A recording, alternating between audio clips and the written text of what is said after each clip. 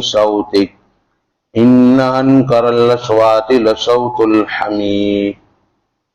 اور چلنے میں میانہ روی اختیار کر، اپنی آواز کو پست کر، بے شک آوازوں میں سب سے بری آواز گدھے کی آواز ہے. کل بتلایا تھا کہ یہود کی طرح تیز چلنے سے، دوڑنے سے بھی منع کیا، اور نصارہ کی طرح آہستہ چلنے سے بھی منع کیا. درمیانی چال ہے.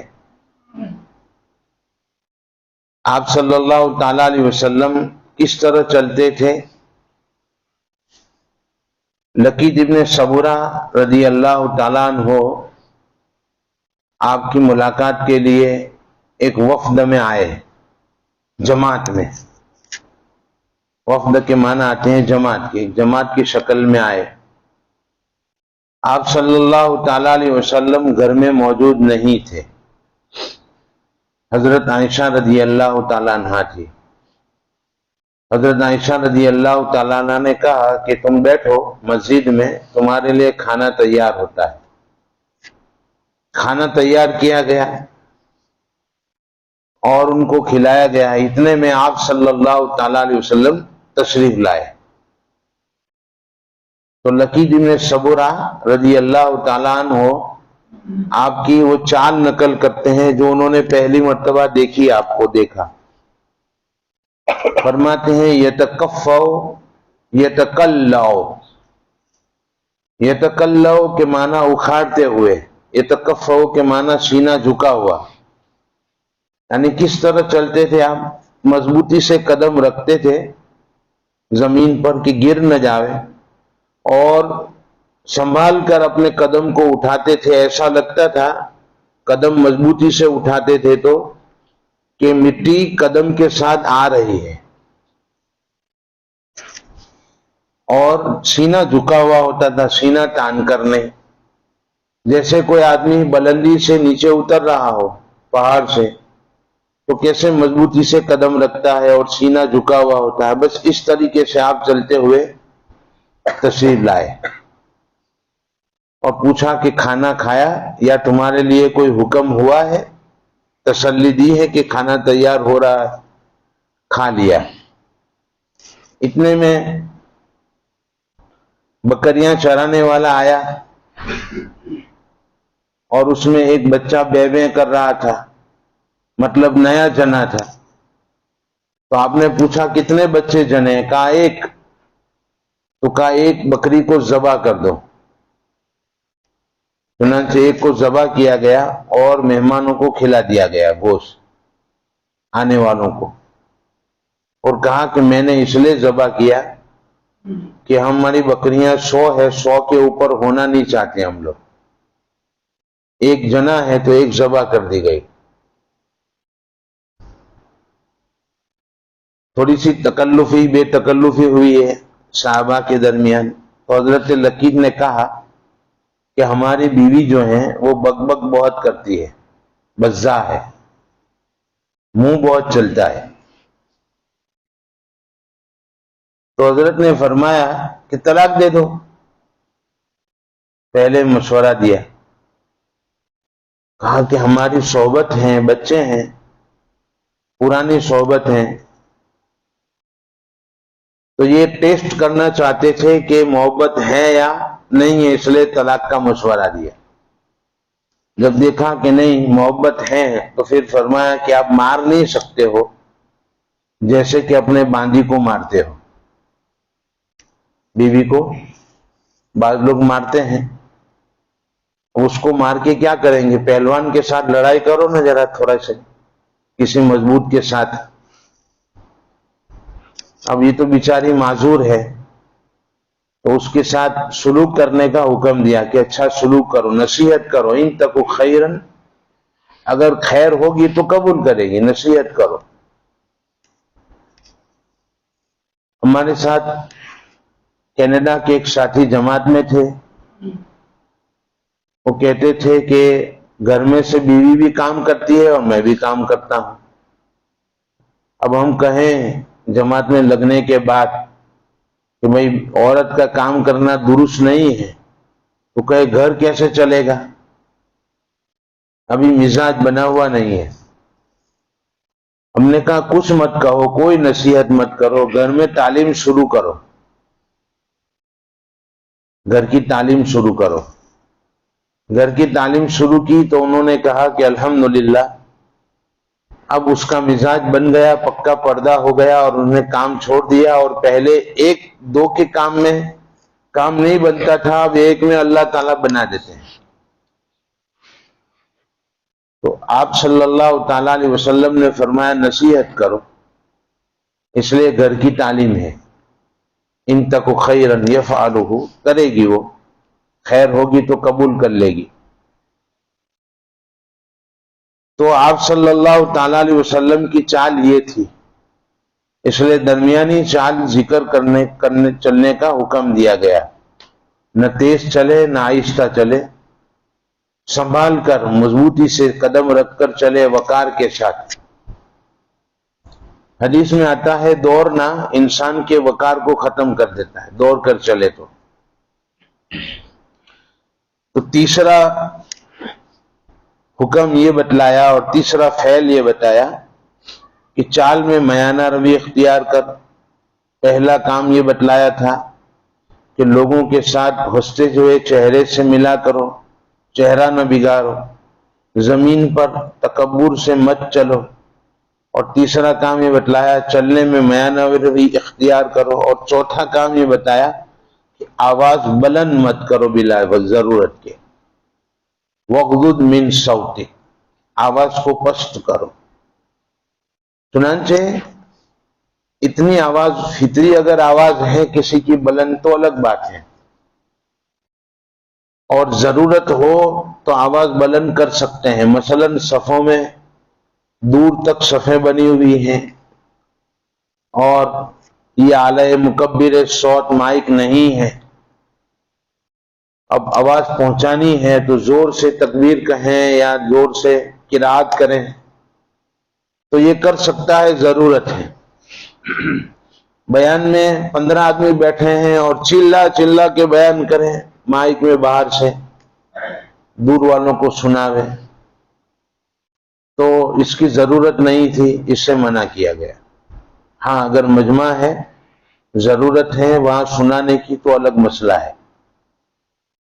اس طرح اذان کے بارے میں، وہ اذان جو ہے وہ زور سے دینا ہے، کیونکہ اعلان ہے، جہاں دور تک پہنچے زیادہ بہتر ہے، اسی لیے کان میں انگلیاں رکھنے کا حکم ہے تاکہ آواز تھوڑی بلند ہو۔ کان بند ہوں گے تو پتہ نہیں چلے گا کہ میری آواز بلند ہو رہی یا نہیں، اور زور سے بولے گا۔ تو اذان کے اندر آواز بلند ہونی چاہیے،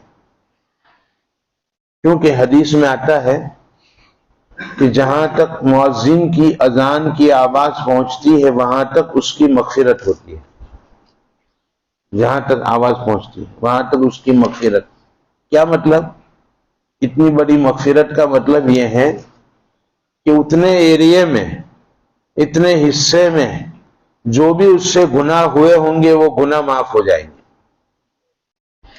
جہاں تک آواز پہنچے گی اتنے حصے میں جو جو گناہ ہوئے ہیں وہ معاف ہیں، یا وہ تمام چیزیں جہاں تک اس کی آواز پہنچی ہے شہادت دے گی قیامت کے دن اس کے مومن ہونے کی۔ تو بڑی فضیلت ہے، اس لیے آواز بلند ہونی چاہیے۔ اسی لیے کہا گیا کہ حی علی الصلاۃ میں، حی علی الفلاح میں چہرہ گھمانے کا ہے۔ ہم نے دیکھا اذان کے اندر کہ حی علی الصلاۃ کہتے وقت چہرہ گھماتے ہیں تو اس طرح گھماتے ہیں، حی علی الصلاۃ، یعنی گھماتے ہوئے چہرہ لے جاتے ہیں۔ حالانکہ مسئلہ یہ ہے کہ پہلے چہرہ گھما دینا چاہیے پھر کہیں حی علی الصلاۃ، اور حی علی الفلاح کہتے وقت بھی چہرہ گھما دینا چاہیے یوں، اور پھر کہیں حی علی الفلاح، یعنی لے جا کر نہیں، گھما کر پھر کہیں، سینہ نہ گھومے، چہرہ گھومے۔ اور اگر اذان اعلی مکبر صوت میں نہیں ہے، مینارے پر ہے اور کھڑکی سے منہ باہر نکالنے کی ضرورت ہے تو سینہ بھی گھوم جائے حی علی الصلاۃ حی علی الفلاح میں، تو کوئی حرج نہیں ہے، منہ باہر نکال کر اذان دے گا تاکہ لوگوں کو دور تک آواز جاوے۔ تو اذان کے اندر یہ مطلوب ہے۔ اور یہاں پر تشبیہ دی کہ بری آواز تمام جانوروں میں گدھے کی آواز ہے۔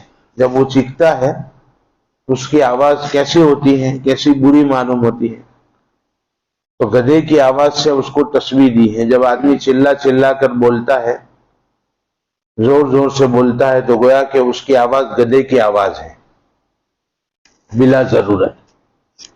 کلاس میں ہے، دور تک بات پہنچانی ہے اور زور سے آواز نکال رہا ہے تو الگ بات ہے، بلا ضرورت کے زور سے بولنے سے منع فرمایا۔ بعض لوگوں کی عادت ہوتی ہے گھروں میں بھی چلا چلا کر بات کرتے ہیں، اس سے منع فرمایا۔ ان انکر الاصوات لصوت الحمیر۔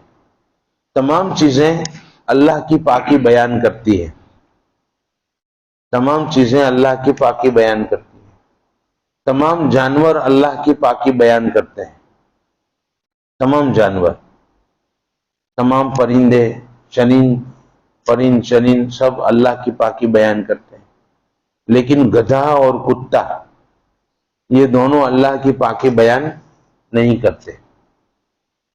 اور اسی طریقے سے تیسرا بھی آیا ہے کہ کافر جب مر جاتا ہے تو اس کا جسم اور اس کی باڈی بھی، کافر کی باڈی بھی اللہ کی پاکی بیان نہیں کرتی، باقی سب چیزیں اللہ کی پاکی بیان کرتی ہے۔ تو یہ تین چیزیں ہیں۔ اسی لیے نبی کریم صلی اللہ تعالی علیہ وسلم نے فرمایا کہ نمازی کے سامنے سے اگر گدھا اور کتا گزر جاوے تو نماز منقطع ہو جاتی ہے، یعنی خشوع ختم ہو جاتا ہے۔ اور گدھے کی آواز وہ شیطان کو دیکھ کر وہ آواز نکالتا ہے، اس لیے جب گدھا چیخ رہا ہو تو حکم دیا گیا ہے کہ ہم پڑھے اعوذ باللہ من الشیطان الرجیم، پناہ مانگے، اللہ رب العزت کی پناہ میں آوے اور شیطان سے پناہ مانگے۔ اور مرغ جب بولے، مرغا صبح میں بولتا ہے تو اس وقت اللہ کا فضل طلب کرے، چونکہ وہ فرشتوں کو دیکھتا ہے اور وہ بولتا ہے، چیختا ہے، تو اس وقت فضل طلب کرنے کا حکم ہے۔ ان انکر الاصوات لصوت الحمیر، بری آواز گدھے کی آواز ہے۔ آگے اللہ تعالیٰ اپنی قدرت کے دلائل بیان کرتے ہیں۔ فرمایا الم تروا ان اللہ سخر لکم ما فی السماوات وما فی الارض واسبغ علیکم نعمہ ظاہرۃ وباطنہ ومن الناس من يجادل في الله بغير علم ولا هدى ولا كتاب منیر۔ کیا آپ نے نہیں دیکھا کہ بے شک اللہ تعالیٰ نے کام میں لگا دیا ہے تمام چیزوں کو جو آسمان میں ہیں اور جو زمین میں ہیں، اللہ نے تمام چیزوں کو تمہارے کام میں لگا دیا ہے جو زمین میں ہے، آسمان میں ہے۔ وَأَسْبَغَ عَلَيْكُمْ، اور نعمت کو مکمل کیا، ظاہری اور باطنی۔ وَمِنَ النَّاسِ، پھر بھی لوگوں میں سے بعض وہ ہیں جو جھگڑتے ہیں اللہ کی توحید کے بارے میں ناواقفیت کے باوجود، بغیر دلائل کے اور بغیر روشن کتاب کے۔ اللہ تعالیٰ نے آسمان کی چیزوں کو مسخر کر دیا انسان کے، چاند، سورج، ستارے، بادل، یہ سب اللہ نے مسخر کر دیا، کام میں لگا دیا۔ مسخر کر دیا کا مطلب یہ ہے کہ نفع میں لگایا، کام میں لگایا، خدمت میں لگایا۔ کیونکہ کوئی کہہ سکتا ہے کہ سورج تو ہماری تسخیر میں ہے نہیں، چاند تو ہمارے قبضے میں ہے نہیں، تو یہ مصلحت تھی اللہ کی، ورنہ ایک کہتا کہ ابھی غروب ہو جاوے، روزہ لگا ہے، دوسرا کہتا کہ نہیں ابھی غروب نہ ہو۔ تو اتنے سارے انسان ہیں، جھگڑا کرنا شروع کر دیتے۔ چاند کے بارے میں جھگڑا ہوتا، 28 کو ہی نکل آوے۔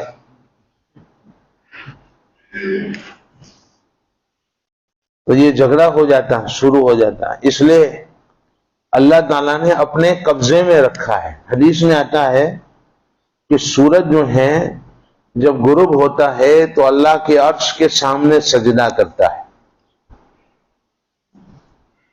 اور اللہ تعالیٰ سے اگلے رفتار کے لیے نکلنے کے لیے وہ اجازت طلب کرتا ہے۔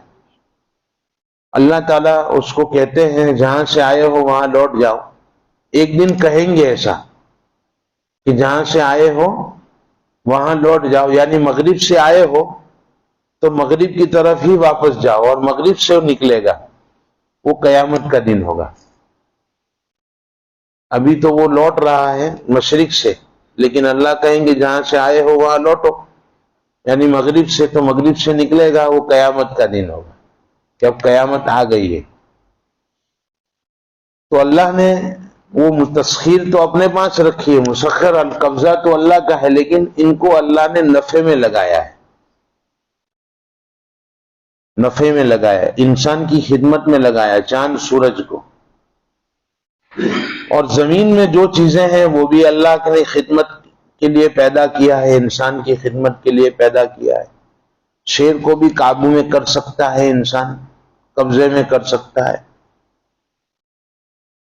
اور اپنی نعمت ظاہری اور باطنی کو مکمل کیا۔ پھر بھی بعض لوگ اللہ کی توحید کے بارے میں جھگڑا کرتے ہیں۔ اس کی مثال یوں ہے، یوں سمجھو کہ ایک آدمی نے بہترین مکان بنایا، اس میں خادم رکھے، کھانا پکانے والے، جھاڑو دینے والے سارے موجود ہیں۔ بیوی کو کہا کہ آپ کو کوئی کام کرنا نہیں ہے، سب خدمت گزار، غلام خدمت گزار موجود ہیں، خدام موجود ہیں، وہ مخدومہ ہے، لوگ اس کی خدمت کر رہے ہیں۔ اس کو کس کے لیے یہ سب نظام کیوں رکھا گیا ہے؟ کہ وہ فارغ رہے شوہر کے لیے۔ اب وہ اگر کسی باورچی سے لو لگا لے تو کیا یہ شوہر اپنا نظام باقی رکھے گا؟ یہ سب کچھ اس کے ساتھ ہو جاوے تو یہ اپنا نظام باقی نہیں رکھے گا، توڑ پھوڑ کر دے گا، بھئی جاؤ نکلو یہاں سے۔ بس یہی مثال ہے کہ اللہ تعالیٰ نے یہ پوری کائنات بنائی ہے انسان کے لیے۔ ایک گھر ہے، اس میں باورچی ہیں، کھانا پکا رہے ہیں، جھاڑو دینے والے ہیں، خدمت کر رہے ہیں۔ مثلا سورج سے غلہ میں پکتا ہے اور چاند سے غلے میں رس پیدا ہوتا ہے۔ سورج نہ ہو تو یہ درخت بھی کھلتے نہیں ہے جب تک کہ سورج کی روشنی اس کی پر نہیں آتی ہے۔ تو یہ باورچی ہیں، دونوں مل کر کھانا پکا رہے ہیں، تیار کر رہے ہیں۔ ہوا ہے، اگر ہوا نہ ہو تو کچرا ہی جمع ہو جائے، جو ذرات کو اڑا کر لے جاتی ہے۔ سب صفائی ہو رہی ہے، سب کچھ نظام بنایا ہے اللہ نے۔ اور انسان کو کس کے لیے بنایا؟ وَمَا خَلَقْتُ الْجِنَّ وَالْإِنسَ إِلَّا لِيَعْبُدُونَ، ہم نے انسان اور جنات کو اس لیے پیدا کیا تاکہ وہ ہماری عبادت کرے، اللہ کو پہچانے۔ اور حدیث پاک میں نبی کریم صلی اللہ تعالی علیہ وسلم نے فرمایا، ان الدنیا خلقت لکم وانکم خلقتم للآخرہ، دنیا تمہارے لیے بنائی گئی ہے اور تم آخرت کے لیے، تم دنیا کے لیے نہیں ہو بلکہ تم آخرت کے لیے بنائے گئے ہو۔ اب انسان دنیا میں لگ جاوے اور اللہ ہی کو چھوڑ کر اس باورچی کو ہی پوجنا شروع کر دے، سورج کو، اس کی مثال ایسی ہی جو میں دے چکا ہوں۔ پھر بھی اللہ نے نظام باقی رکھا ہے۔ اللہ تعالیٰ فرماتے ہیں قرآن میں، تکاد السماوات یتفطرن، قریب ہے کہ آسمان پھٹ پڑے تمہارے شرک کی وجہ سے، تمہارے گناہوں کی وجہ سے، لیکن اللہ نے حلیم ہے، برداشت کرتے ہوئے نظام باقی رکھا ہے۔ ایک دن آئے گا جس دن تمام انسان کے اعمال کا بدلہ دیا جائے گا۔ تو اللہ تعالیٰ فرماتے ہیں، الم تروا ان اللہ سخر لکم ما فی السماوات وما فی الارض واسبغ علیکم نعمہ ظاہرۃ وباطنہ، اللہ نے تم پر نعمتیں اپنی مکمل کی، ظاہری اور باطنی۔ ظاہری نعمت جس کو ہم محسوس کرتے ہیں، جو ہمیں دکھائی دیتی ہیں آنکھوں سے، چاند، سورج، ستارے، زمین، یہ سب جتنی چیزیں ہیں انسان کے اندر، جیسے میں نے آیت پڑھی تھی سنورہم آیاتنا فی الآفاق، نعمتی آفاقی، اور وفی انفسہم، اور نعمت انفس جو انسان کے اندر ہیں، آنکھ، کان صحیح سالم بنایا، سب ہم کو معذور نہیں بنایا، آنکھ سے، کان سے، ناک سے، سب اپنی جگہ کے اوپر رکھا۔ ہاتھ کسی کے چھوٹے ہوتے ہیں، کسی کے بڑے ہوتے ہیں، ایسا نہیں بنایا۔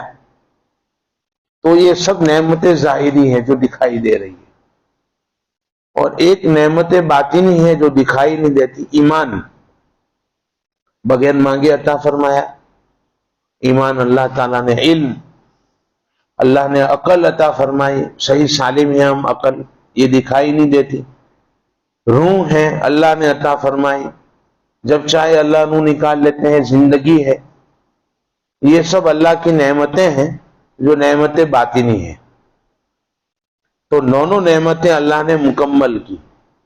پھر بھی وَمِنَ النَّاسِ مَن يُجَادِلُ، لوگوں میں سے بعض وہ ہیں جو جھگڑتے ہیں اللہ کی ذات کے بارے میں، ناواقفیت کے باوجود، بغیر ناواقفیت کے، حالانکہ کوئی علم نہیں ہے ان کو، کوئی علم نہیں، بغیر علم کے اللہ سے جھگڑتے ہیں اللہ کی ذات کے بارے میں۔ ولا ہدن، بغیر عقلی دلیل کے، ولا کتاب منیر، اور بغیر روشن کتاب کے، کوئی نقلی دلیل بھی نہیں ہے کہ کسی کتاب میں لکھا ہو، تورات میں، انجیل میں، یا کسی اور کتاب میں، کہ اللہ تعالیٰ کا کوئی شریک ہے، ایسا کسی کتاب میں نہیں لکھا ہوا، پھر بھی وہ اللہ تعالیٰ کی ذات کے بارے میں جھگڑا کرتے ہیں۔ اور ایسا کیوں کرتے ہیں اور وہ کس کی اتباع کرتے ہیں، اس کو اگلی آیت میں اللہ رب العزت نے ذکر فرمایا ہے، انشاءاللہ کل دیکھیں گے۔ سبحان اللہ وبحمدہ، سبحانک اللہم وبحمدک، ونشہد ان لا الہ الا انت، نستغفرک ونتوب الیک۔